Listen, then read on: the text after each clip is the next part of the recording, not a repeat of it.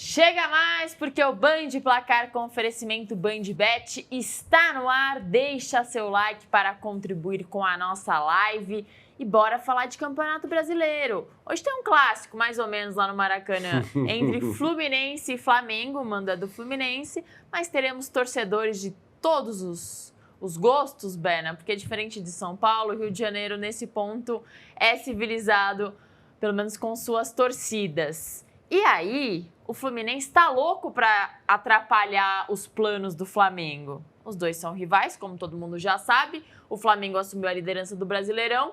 E o Fluminense, além de querer tirar o título do Flamengo de alguma forma, quer a vaga na Libertadores.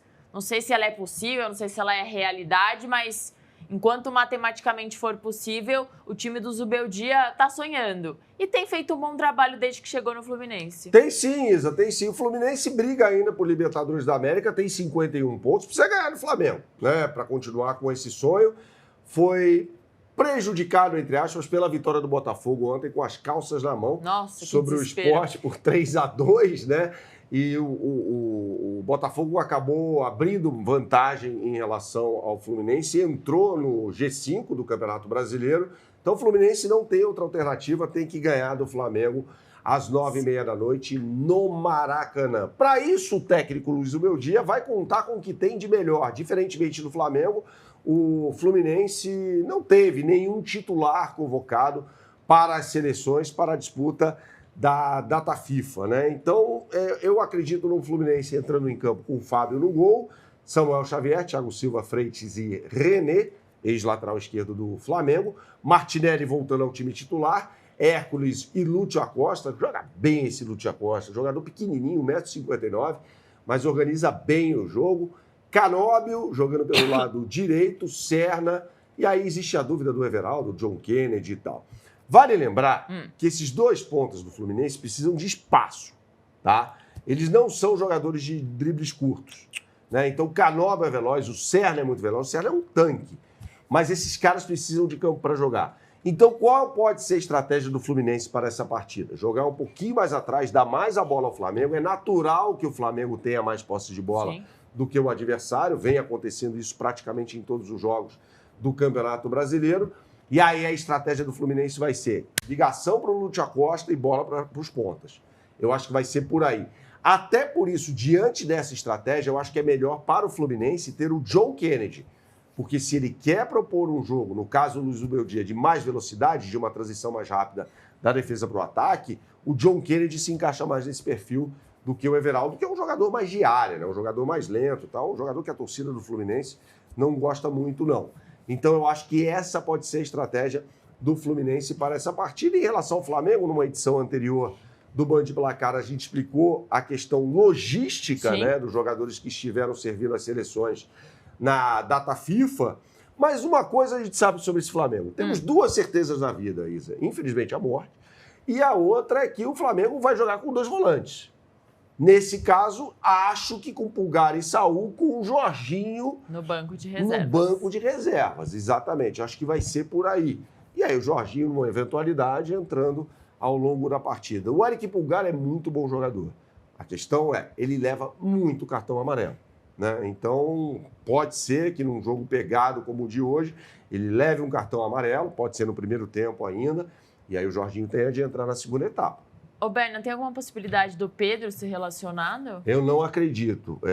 O Pedro deve voltar contra o Bragantino no sábado. Mas já é um avanço bem grande na recuperação do Pedro. O Pedro está treinando já com o grupo. Isso. Algo que parecia também que improvável, não teria previsão de acontecer. O Pedro está sendo preparado para jogar a final da Libertadores, né? Ele está jogando tá treinando com uma tala, né, no braço, que ele faturou o antebraço naquela partida contra o Racing no jogo de ida da Libertadores da América. A questão é que ele deve jogar a final da Libertadores, né? Para isso, é necessário dar minutos ao Pedro, e aí eu acho que vai ser a partida contra o Red Bull Bragantino. Tá? E aí, contra o Atlético Mineiro, um jogo mais pegado, no sintético, existe uma rivalidade muito grande do Atlético com o Flamengo, eu acho que aí ele seria preservado. Aguardemos cenas dos próximos capítulos. Mas fato é que teremos, como você bem disse, uma linda festa nas arquibancadas do Maracanã, quando o Fluminense entra em campo, eles jogam pó de arroz para cima, é uma festa muito bonita. É o clássico mais colorido do Rio de Janeiro, né? Do lado a torcida tricolor e do outro lado a torcida rubro-negra. Vamos ao que interessa, Isa. Então, as melhores oportunidades do mercado. Na BandBet, você aponte sua câmera para esse QR Code que está aqui em cima ou digite no seu browser o endereço que aparece aqui embaixo, ó, bandbet.bet.br. E aí, vamos botar a capa do site na tela, você vai no botão Brasileirão Série A. Desta vez, Isa, vamos colocar as odds simples, né? A gente já mostrou o boost, né? Vamos às odds simples agora para a galera que quer fazer uma fezinha nesse Fla-Flu. E é claro que vale uma fezinha nesse jogo, que hoje é Flu-Flá, né? Porque o mando é do Fluminense. O Fluminense está pagando 3,85, Isa. O Flamengo 2,10 e o empate 3,15. Olha só, se empatar, o Flamengo mantém a liderança independentemente do que acontecer no jogo do Palmeiras antes. E aí, Isa, você que gosta dos números... Que tal vitória ou empate do Flamengo? Boa, uma dupla aqui. Você pode fazer isso na BandBet, afinal de contas, são infinitas as possibilidades. Eu também acho que pode dar um empate ou uma vitória do Flamengo nessa partida. As odds apontam para isso, né? A odd do Fluminense está muito boa também. Sim. Pagando 3,85, é um Fluminense que vem forte, eu acho, para essa partida, com uma defesa muito bem postada pelo técnico Luiz Zubeldia. E aí tem os dois cariocas jogando no Maracanã. E tem outro carioca, que é rival de Fluminense e Flamengo, atuando em Porto Alegre, né? Contra o Grêmio, Isa. O Vasco precisa quebrar uma escrita lá em Porto Alegre, não ganha desde 2006 do time do Grêmio. Pois é, mais um duelo da 34ª rodada do Campeonato Brasileiro nesta noite de quarta-feira. Grêmio e Vasco. O Grêmio não vence há 3 jogos, tá, Berna? Mas parece... sei lá, 15 rodadas atrás, me parecia que o Grêmio lutaria contra o rebaixamento, mas não. Não. É a outra realidade do time, já está no meio da tabela e mesmo com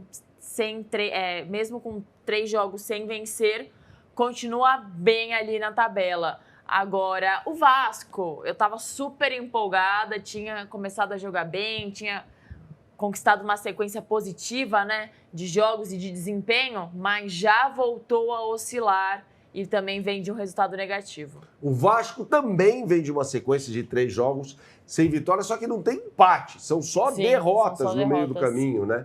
Inclusive a última, convenhamos, né? Para o Juventude em São Januário. Não dá. Não dá, né, Fernando Diniz? Vamos combinar, né? Mas assim, como você bem disse, Isa, se a gente olhasse lá atrás, o Grêmio fazia uma campanha de time que ia brigar para não entrar no Z4. Total. Né? Mas aí o Grêmio fez algumas contratações na janela. Aliás, o Grêmio está com um transfer ban agora. Mas só que 2 desses caras se machucaram, o William e o Balbuena, né? E aí o técnico Mano Menezes teve de rebolar para armar esse time. A grande contratação foi o Arthur. Grande retorno do Arthur, jogador histórico do Grêmio, muito identificado com a camisa, foi campeão da Libertadores em 2017, sendo um dos melhores jogadores daquele time. Foi para a Europa, Sim. Não foi bem no Barcelona, não foi bem na Juventus, não sei o que foi fazer no Liverpool. Eu sei que ele volta ao futebol brasileiro e está jogando muito bem. Então o Mano Menezes tem essa dupla com o Arthur e Dodi muito bem. O Edenilson costuma completar o meio de campo, mas ele está fora, suspenso. Então acho que o Cristaldo vai para a partida, com o Alisson, muito veloz pelo lado direito, o Amuso pelo lado esquerdo, jogador nascido em Gana, mas de nacionalidade belga, de 26 anos de idade. Ele arrebentou com o São Paulo no jogo disputado na Arena do Grêmio. E aí outra boa contratação, né? O Carlos Vinícius, centroavante de 30 anos, jogador com experiência na Premier League, jogou no Tottenham, jogou no Fulham, jogou no Napoli na Itália, jogou no Benfica em Portugal, ou seja, jogador de jogo grande. Rodado. Né? Rodado e goleador. Então eu acho que esse foi um grande negócio para o Grêmio, a contratação do glorioso Carlos Vinícius. No sistema defensivo, o Thiago Volpe é o goleiro, Marcos Rocha, lateral direito, né, capitão do time. Volta ao time. Volta ao time, exatamente. Tem uma dúvida em relação ao substituto do Noriega, né, que serviu à seleção peruana na data FIFA, não está apto a ir para o jogo. De repente joga o Gustavo Martins, Kahneman ou Wagner Leonardo e o bom lateral esquerdo, Ramon, ex-jogador do Cruzeiro, né? E o Vasco da Gama tem seus problemas também. E são vários, tá? 2 jogadores da seleção colombiana. Carlos Cuesta e Andrés Gomes estão fora e eles são titulares absolutos desse time do Vasco. E aí o torcedor do Vasco fica desesperado, Isa, porque o Fernando Diniz adora o Hugo Moura. Só o Fernando Diniz no mundo do futebol gosta do Hugo Moura. E ele deve ser o titular na zaga ao lado do Robert Renan. Ou seja, o torcedor do Vasco tem a certeza de fortes emoções nessa partida contra o Grêmio. Eu fico imaginando o Hugo Moura marcando o Carlos Vinícius, né? Vai ser complicado. O Paulo Henrique está fora, está suspenso. Estava servindo a seleção brasileira, mas está suspenso, então não jogaria de qualquer maneira. O Puma Rodrigues deve ser o titular na lateral direita, com o Lucas Piton pelo lado esquerdo. E aí, na dupla de volantes, Cauã Barros, joia de São Januário, passou pelo América Mineiro, voltou, grande jogador, tem um futuro muito promissor. Ladeado por Tietê ou Thiago Mendes. E aí, na ausência do Andrés Gomes, o Ryan deve voltar para o lado direito, o Verratti assume a condição de centroavante titular, Nuno Moreira e Felipe Coutinho. Esse deve ser o quarteto ofensivo do Vasco da Gama nessa partida. Vamos ao que interessa, as melhores oportunidades do mercado, claro, na BandBet para você. Mais uma vez, eu sugiro que você aponte sua câmera para esse QR Code que aparece aqui em cima, porque aí você tem acesso à capa do site da BandBet. Já tem tudo lá, mercado aberto para todos os jogos do Campeonato Brasileiro, de hoje e de amanhã também. Já tem aqui Juventude e Cruzeiro, esse jogo vai ser amanhã às 4h da tarde no Alfredo Jaconi, mas vamos falar sobre outro jogo no Rio Grande do Sul, que é Grêmio e Vasco da Gama, Isa. Deixa eu falar sobre o Grêmio e Vasco da Gama aqui. Vamos lá. O Grêmio, olha só, Isa, pagando 2,20 e o Vasco 3,40, hein? Não, vai dar Grêmio nessa. Vai dar Grêmio? Você vai acha dar Grêmio em casa. O Imortal ganha essa partida? Imortal tricolor. Vamos lá, então. O Grêmio pagando 2,20, hein? Para ganhar esse jogo, o empate está pagando 3,25 e o Vasco da Gama 3,40. Então, vamos nesse Grêmio aqui. O que você sempre fala por aqui, Isa? Tem que jogar com responsabilidade, é só para maiores de 18 anos. Valeu, até o próximo Band Placar.